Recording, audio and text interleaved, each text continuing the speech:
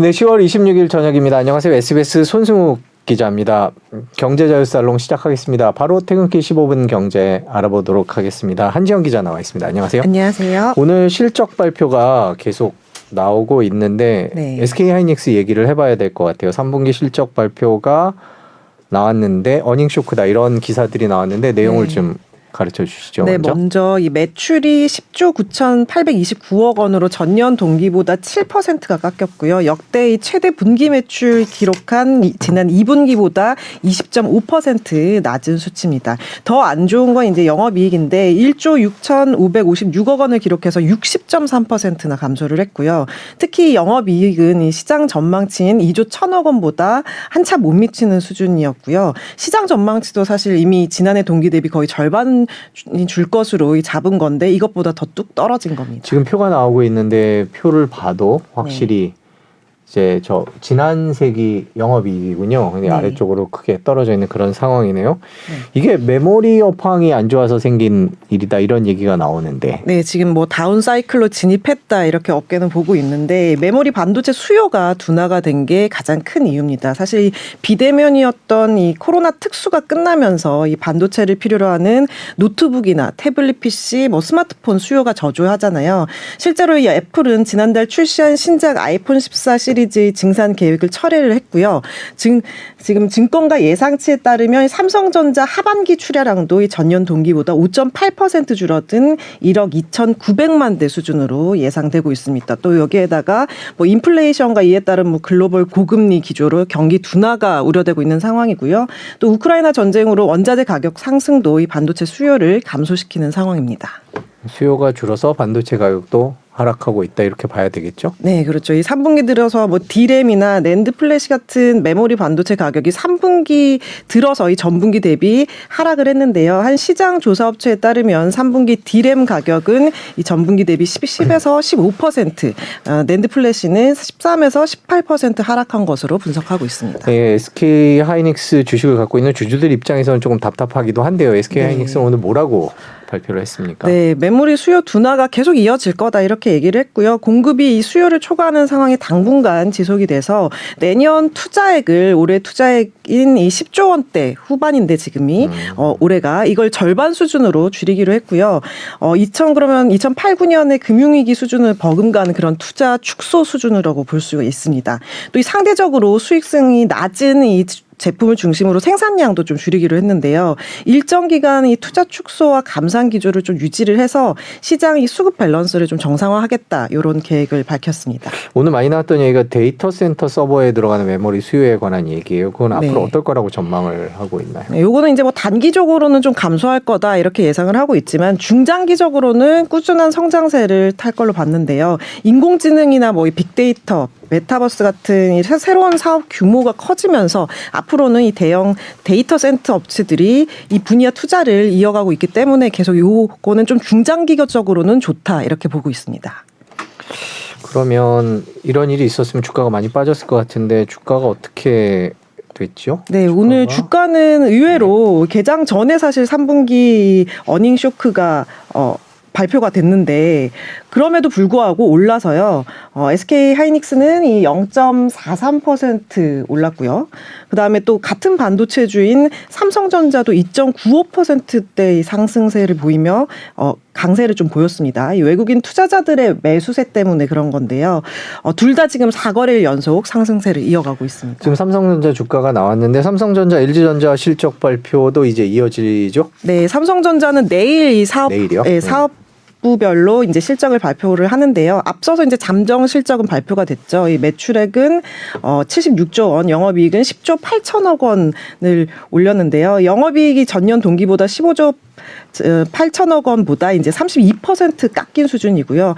SK하이닉스와 같이 메모리 반도체 업황이 나빠졌기 때문으로 분석이 됩니다. LG전자도 이 모레 구체적 실적을 공개하기 앞서서 이달 초에 잠정 실적을 발표를 했는데요. 매출액은 지난해 동기 대비 12.6%가 늘고 이 영업이익도 38% 뛴 것으로 보이지만 이 지난해 3분기를 보면 GM 전기차 이 리콜 관련 사태가 반영이 된 이 4,800억 원대 대손 충당금을 고려하면 보면 올해 3분기 영업이익은 역성장했다 이렇게 봐야 되는 거고요. 역시 뭐 인플레이션으로 인한 TV와 이 가전 수요의 부진과 원자재 값과 물류비 같은 원가 상승이 겹치면서 실적 감소를 피하지 못하고 있는 모습입니다. 네, 배터리 업계 얘기를 이제 해볼 텐데 배터리 업계의 실적은 그래도 반도체 업체보다는 좋은 것 같아요. 네, 배터리 업계는 상당히 좋습니다. 지금 이 전기차 시장의 폭발적인 성장에 힘입어서 네. 3분기 최대 실적을 올렸거든요. 반도체 가전이 이제 어닝 쇼크를 기록을 지금 하고 있잖아요. 그런 것에 비하면 상당히 대비되는 상황인데 LG 에너지 솔루션 같은 경우는 3분기 매출이 7조 6,500억 원으로 전년 동기보다 90%나 상승을 하면서 분기 기준 최대치를 기록을 했고요. 국내 배터리 3사 가운데 역대 최대 매출을 달성할 걸로 보입니다. 또 영업이익은 5,200억 원으로 영업 손실을 지난해 작년 동기에는 이 영업 손실을 봤거든요. 요거를 이제 흑자 전환을 한 거고요. 또 이 배터리와 전자 재료 사업을 하는 삼성 SDI는 3분기 에너지 부분에서 이 매출 4조 8천억 원을 기록하면서 또한 3분기 최대 실적을 냈습니다. SK온은 아직 실적 발표를 안 했는데 이 둘보다는 조금 덜할 전망입니다. 예. LG엔솔 얘기를 좀 계속 해보면 눈길이 갔던 게 영업이익 1조 원 네. 돌파가 확실하다. 뭐 이런 얘기인 것 같아요. 네, 1분기에서 3분기만 합쳐도 영업이익이 지금 9,700억. 네, 그렇기 때문에 확실시 된다. 1조 돌파는 이렇게 보여지고요. 단순히 매출 확대뿐 아니라 수익성도 확보해 나가고 있는데요. 실제 이 3분기 영업이익률, 그러니까 매출액에 대한 영업이익의 비율이죠. 이게 이제 2020년 3.1%에서 2021년 4.3%, 이번에 6.8%로 해서 우상향 곡선을 그리고 있는 상황입니다. 4분기 매출은 어떻게 전망을? 네, 업계에서는 이제 LG엔솔이 본격적으로 이 성장세가 시작됐다 이렇게 네. 지금 분석을 하고 있는 거고요. 4분기에도 실적이 좋을 것으로 예상이 돼서요. 3분기 대비 10% 내외 성장을 할 거라는 전망입니다. 하반기에 여러 전기차 모델이 또 출시를 앞두고 있고 또 전기차 출하량도 늘고 있고요. 또 원자재 가격을 이 판가에 연동하는 효과도 보고 있는 상황이고요. 고환율 상황도 지금 호실적 요인이 되고 있습니다. 네, 지금까지 오늘 있었던 실적 발표와 내일부터 이어질 또 추가 실적 발표에 대한 얘기들을 좀 해봤고요. 부동산 얘기를 좀 해야 될 것 같은데 네. 공공분양 50만 호 공급. 네. 국토부가 오늘 청년 서민 주거 안정을 위한 공공주택 50만 호 공급을 발표를 했습니다. 일단 내용부터 네. 전해주시면요. 네, 내년부터 이제 27년까지 공공 분양 주택을 50만 채를 공급하기로 했는데 지난 정부 때보다 3배 가까이 많은 수준이고요. 대상별로 이제 뭐 청년층, 신혼부부, 생애 최초 주택 구입자, 또 일반 무주택자 이렇게 배정이 됐는데 19세 이상부터 39세 이하까지 청년층에게 돌아갈 물량이 34만 채 정도 네. 될 것으로 추정하고 있습니다. 거의 청년층에 많이 간다 이렇게 보시면 되고요. 지역별로는 이 서울 6만 채를 포함해서 수도권 36만 채, 비수도권 지역에 14만 채를 각각 공급을 하고요. 이런 물량 대부분은 이 도시 외곽보다는 뭐 국공유지나 GTX 인근 우수 택지 같은 그런 역세권과 도심 지역에 위치할 것으로 보입니다. 오늘 나왔던 관련 기사 중에 가장 눈길 끄는 대목이 이거였던 것 같아요. 네. 분양가의 20%만 내면 내 집 마련이 가능하다. 이제 네. 그 내용인 것 같은데 그 얘기를 좀. 예, 그걸 해야 될것 보면은 같아요. 이제 다양한 주택 선택을 위해 가지고 이 공급 유형을 3가지로 나눴거든요. 네. 나눔형, 선택형, 일반형 이렇게 3가지 공급 유형으로 나눴는데 특히 이 나눔형일 때 아까 말씀하신 이 분양가 20%만 내면 내 집 마련이 가능해지는 경우가 나옵니다. 네. 이 나눔형은 시세의 70% 이하의 분양가가 책정이 돼서요. 그 분양가의 최대 80%까지 장기 대출이 가능한 상품을 내놓습니다. 그리고 예를 들어서 네. 주변 시세가 이 5억 원인 집이 있다라고 하면 3억 5천만 원의 분양가가 책정이 되고 여기에 80%인 2억 8천까지 대출을 받을 수 있거든요. 그러면은 7천만 원만 가지고 내가 일단은 분양을 받을 수 있다는 거죠. 네. 그래서 분양가의 20%에 해당하는 자기 부담금만 있으면 이 분양을 받을 수 있다는 뜻이고요. 정부는 이 나눔형으로 이 전체 50만 가운데 절반인 25만 채를 공급할 계획입니다. 또 이 선택형은 6년간 말 그대로 선택형입니다. 6년간 살아보다가 네. 마음에 들면 하면 되는 거예요. 그래서 이제 6년간 임대로 살다가 분양받을지 결정하는 그런 상품으로 10만 채가 공급이 되고요. 일반형은 이 분양가 상한제 적용을 받아서 이 시세의 80% 수준에서 분양가가 적용되는 주택입니다. 네, 방금 해주신 말씀에 살짝 들어있긴 했는데 이제 네. 금융 지원을 해주는 거죠, 이거는? 네, 그렇죠. 이 소득이나 자산이 좀 부족한 청년층, 이번에 청년층이 많이 포함됐잖아요. 이런 청년층 무주택 서민의 지금 이 부담을 최소화하기 위한 방안으로 공공분양 공급 유형별로 이 맞춤형 장기 모기지 상품을 내놓는데요. 나눔형 같은 경우는 최대 5억 원 한도 내에서 40년 만기 고정금리 최대 3%. 예, 최대 한도 5억 원, 40년 만기, 고정금리 최대 3% 적용. 네, 그렇죠. 그걸 적용해서 대출하는 상품을 마련이 되는데 DSR 적용도 안 돼요. 네. 네, 그렇기 때문에 요즘같이 금리 가파르게 오를 때 고정금리 준다고 하면 상당히 인기가 있을 것으로 예상이 되고요. 또 이 선택형은 보증금의 80%까지 최고 2.6% 적용한 전용 이 전세 대출 상품이 나오는데요. 또 이게 살아보고 결정을 한다 그랬잖아요. 처음엔 전세로 살다가 또 살아보고 6년 뒤에는 이 선택 시점에는 최대 5억 원 한도 40년 만기 고정금리 최대 3% 아까 그것과 똑같은 이제 대출 상품을 마련하고요. 또 일반형에는 기존 기금 대출 같은 거를 이제 지원을 하되 대출 한도와 금리 우대를 좀 적용하기로 했습니다. 네, 이 소식에 같이 나온 소식이 청약제도 개편 얘기였어요. 그 네. 얘기도 짚어봐야 될 것 같은데. 네, 그동안 뭐 1순위 뭐 이전에 특별 공급으로 우선 청약권을 주던 대상들이 네. 있었잖아요. 그런 대상들이 뭐 신혼부부나 생애 최초 주택 구입자 뭐 이런 기혼자들 중심으로 네. 상당히 미혼자들은 억울한 그런 네, 네. 제도였는데 하지만 정부가 이번에 미혼 청년도 이런 대상에 포함시키기로 했습니다. 그래서 이 나눔형과 선택형의 계속 웃으시니까 저도 네. 웃음이 나오는데요. 네. 미혼 청년 특별 공급, 미혼 특공이 신설을 해서요.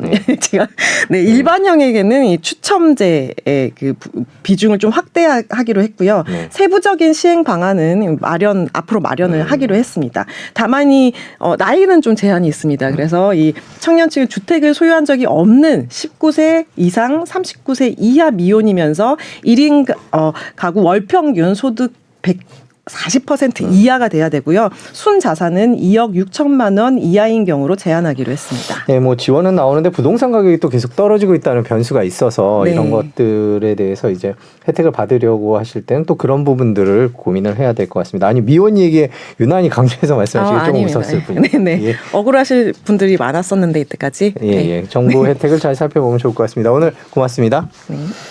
네, 지금까지 퇴근길 15분 경제 알아보셨고요. 이어서 오늘 하루 SBS의 주요 경제 뉴스 계속 이어서 보시겠습니다. 지난 주말 경제금융수장들이 한자리에 모였습니다. 레고랜드 사태로 기업들이 돈 빌리기가 더 어려워졌기 때문인데 이 자리에서 50조 원 넘는 자금을 시장에 풀어놓겠다는 계획을 밝혔습니다. 그런데도 불안감은 여전합니다. 단순히 기업들만의 문제가 아니라 금융소비자들에게도 악영향을 끼치는 것 아니냐고 말이죠. 기업에 가장 많은 돈을 빌려준 곳이 은행이고 일부는 우리 주머니에서 나왔기 때문입니다. 이런 불안감은 최근 저축은행 이용자들에게 옮겨 붙었습니다. 저축은행이 돈을 빌려준 기업이 문을 닫으면 내 돈을 돌려받지 못하는 것 아니냐는 겁니다. 물론 시중은행들도 기업에 돈을 빌려주는 건 마찬가지지만 1금융권과 2금융권은 다르다는 거죠. 실제로 저축은행 법정 최고 대출금리가 연 20%로 제한되고 예적금 고객에게 줄 이자까지 늘어나니까 수익성이 나빠지고 있긴 합니다. 이런 상황에서 그래도 난 괜찮다라고 생각하실 수 있습니다. 저축은행에 돈을 넣었다가 은행이 문을 닫으면 최대 5천만 원까지는 보장받을 수 있다는 걸 아시는 분들이 있어서일 텐데요. 쉽게 말해 내가 5천만 원 이하로 돈을 맡기면 은행이 망해도 손해를 볼 일이 없다는 거죠. 그런데 여기엔 함정이 있습니다. 곧바로 돈을 돌려받는 게 아니라는 건데 실제로 1년이 지나서야 보상을 받는 경우도 있습니다. 보상 받을 때까진 내 돈이 아니란 이야기입니다. 그렇다면 금융소비자들은 어떤 선택을 해야 할까요? 내가 돈을 맡겼거나 맡기려고 하는 저축은행이 얼마나 튼튼한지 살펴봐야겠죠. 가장 대표적으로 볼 수 있는 게 BIS 자기자본 비율입니다. 은행 자산 중 위험 자산이 얼마인지 따져보는 건데요. 이 수치가 8% 이상이면 기준은 맞췄다고 볼 수 있습니다. 8%는 기준인 거고 시중은행의 경우 16% 안팎이니까 잘 비교해 보셔야 하는데요. 금융통계정보시스템 홈페이지에 들어가셔서 영상에 나오는 대로 따라해 보시면 누구나 손쉽게 확인할 수 있습니다.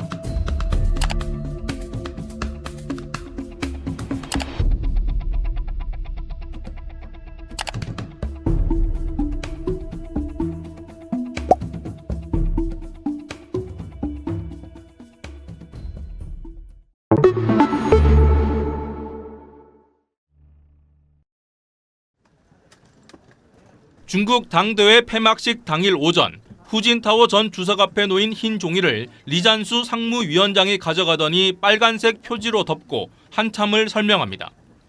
후 전 주석이 뭐라고 얘기하자 리잔수는 귓속말을 하며 서류를 자기 쪽으로 더 끌어당깁니다. 이 모습을 지켜보던 시진핑 주석은 수행원으로 보이는 남성을 부르더니 자신의 앞에 놓인 흰색 서류를 가리키고 직접 무언가를 지시합니다. 이후 이 남성이 팔짱까지 끼고 함께 나가려고 하지만 후진타오는 여러 번 거부하는 듯한 모습을 보였고 남성 손에 들린 서류철에서 종이를 빼려는 듯한 장면도 포착됐습니다. 결국 시 주석에게 한마디를 던진 뒤 퇴장했는데 시 주석 바로 옆을 빈자리로 놔둔 채 당원 수정안 등이 일사천리로 통과됐습니다. 不同意的请举手。没有，通过。 후진타오 전 주석이 퇴장한 시점은 비공개였던 중앙위원 투표가 끝나고 나섭니다. 문제의 서류철을 확대해보니 중앙위원회 선거, 간표인 같은 글씨가 보이는데 투표 관련 문건으로 추정됩니다. 이 투표에서 후진타오의 공청당 계열은 대거 탈락했고 후진타오 아들은 중앙위원 후보에도 들지 못했습니다. 이 때문에 건강 이상이 이유라는 관영 매체 보도와는 달리 인사 불만을 표시하다 강제 퇴장당한 게 아니냐는 의혹이 일고 있습니다. 새로운 동영상 공개로 의문이 커지는 가운데 베이징에 이어 상하이에서도 시진핑 정책에 반대하는 젊은이들이 저항의 메시지를 담은 현수막을 들고 거리 행진을 벌였습니다. 베이징에서 SBS 정영태입니다.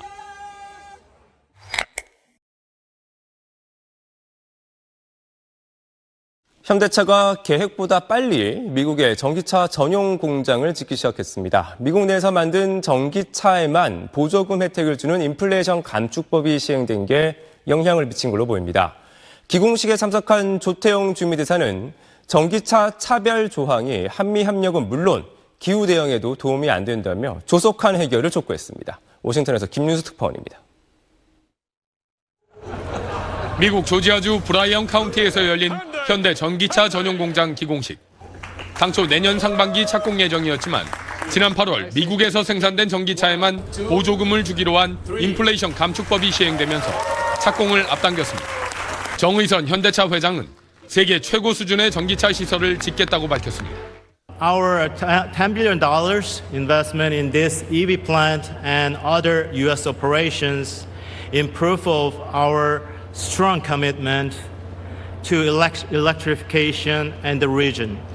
브라이언 캠프 조지아 주지사를 비롯해 현대차 공장 완공 때까지 보조금 제한을 유예하는 수정 법안을 낸 원옥 상원의원, 그레이브스 상무부 부장관 등 미국 정관계 주요 인사도 대거 참석했습니다. 캠프 주지사는 일자리 창출에 따른 소득 공제와 재산세 감면 등 지원을 약속했습니다.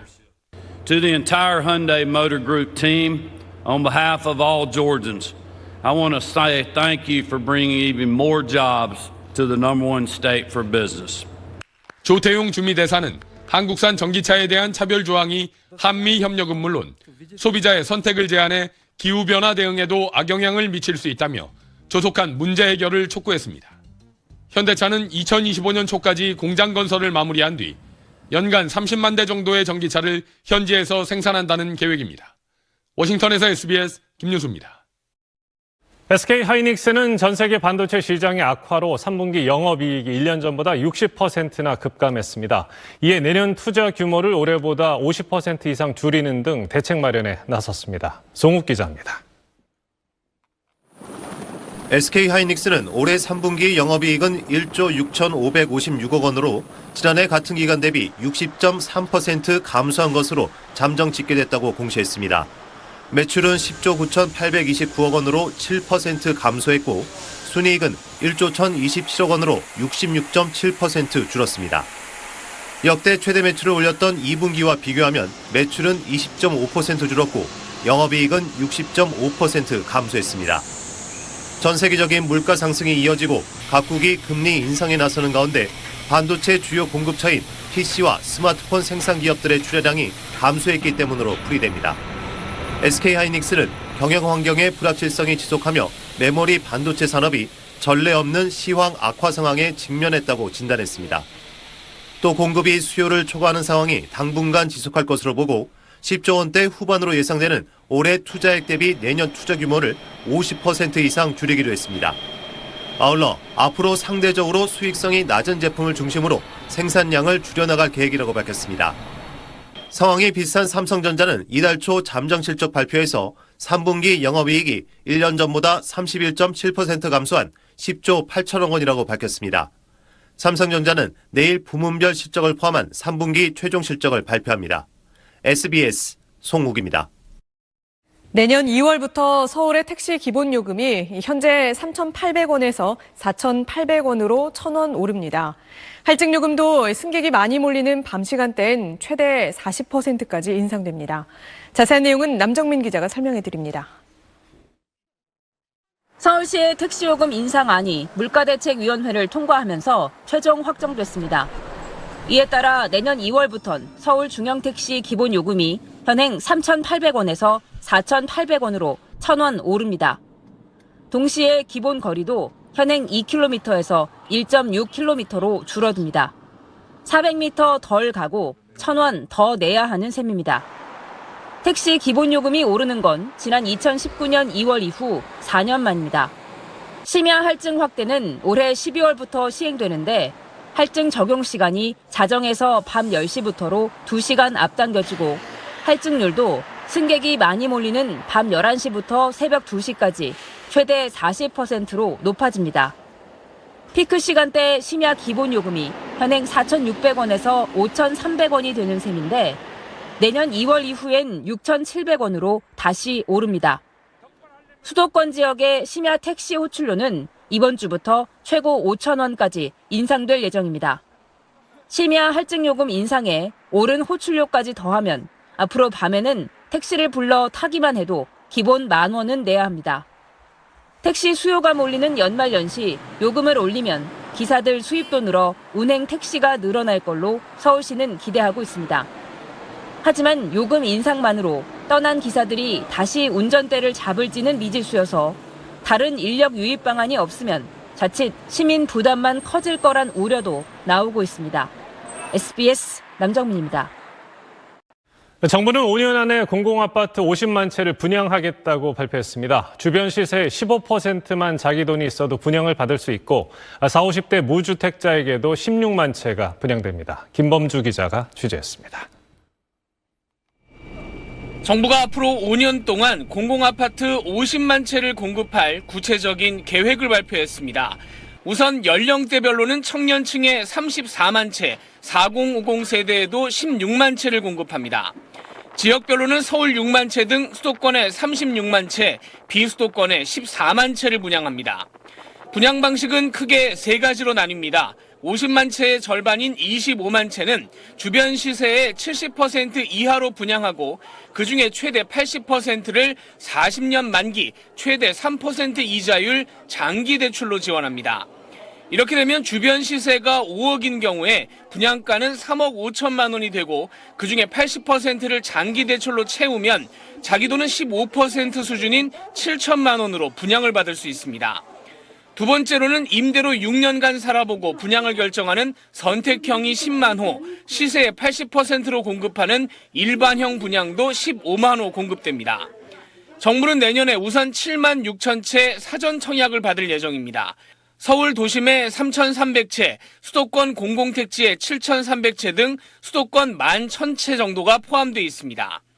또 그동안 없었던 결혼을 안 한 청년용 특별 공급을 만들고 5년간 소득세를 내온 4050 무주택 계층용 청약도 확대할 방침입니다.